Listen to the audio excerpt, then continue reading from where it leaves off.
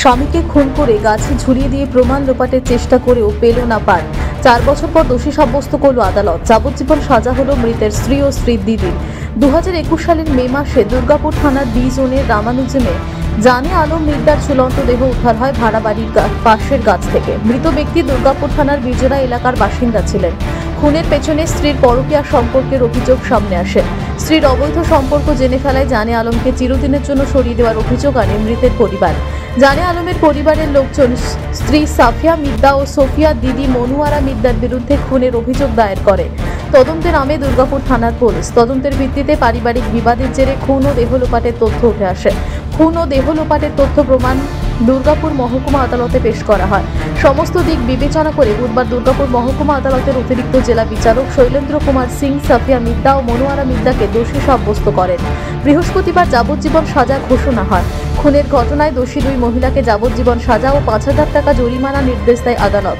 অনাদায়ে আরও 6 মাসের জেল, পাশাপাশি তথ্য লোপাটের জন্য 5 বছরের জেল ও 2,000 টাকা জরিমানার নির্দেশ।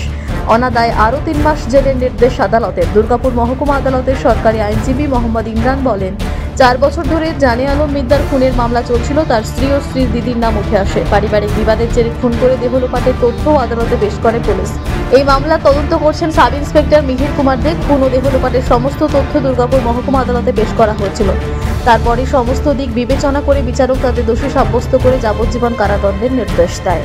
আজকে একটা ঘটনা হয়েছিল আপনার 19/5/2021 সালে দুর্গাপুর থানার অন্তর্গত রামানুজম এলাকার একটা কোয়ার্টারে স্বামী স্ত্রী একটা পারিবারিক বিবাদ হয়। তাতে সোফিয়া মির্জা এবং তার দিদি সোফিয়া মির্জার হাজবেন্ড জানে আলম মির্জাকে প্রচন্ড মারধর করে এবং তাতে সে মারা যায়। এবং মারা যাওয়ার পর প্রমাণ লোপাটের জন্য তার দেহকে নিয়ে গিয়ে বাড়ির পেছনে একটা গাছের সাথে ঝুলিয়ে দিয়েছিল। তারপর মামলা হয়, যথারীতি 3 জন অ্যারেস্ট হয় এবং 4 বছর ধরে 16 জন সাক্ষ্যের বয়ানের ভিত্তির উপর নির্ভর করে কালকে তাদের দোষী সাব্যস্ত করা হয় এবং আজকে তাদের সাজা শোনানো হলো।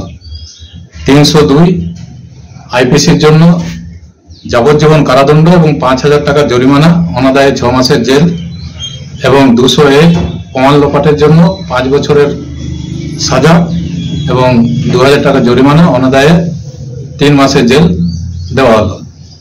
এই কাজে আয়ও ছিল মিহির কুমার দে। উনি খুব ভালো তদন্ত করেছিলেন বলে এটার সাজাটা করাটা সম্ভব হয়েছে। দুর্গাপুর থেকে সনাতন গড়াইয়ের রিপোর্ট, টিভি নিউজ 10। সুলভে সঠিক চিকিৎসার একমাত্র প্রতিষ্ঠান বিবেকানন্দ হসপিটাল। 24 ঘন্টা emergency service, blood bank, trauma care. আপনাদের সেবায় আমরা তৎপর। গুণমান ও পরিষেবায় দুর্গাপুর বিধাননগরের ডক্টর জাকির হোসেন এভিনিউর বিবেকানন্দ হসপিটাল শিল্পাঞ্চলের মানুষের মন জয় করেছে।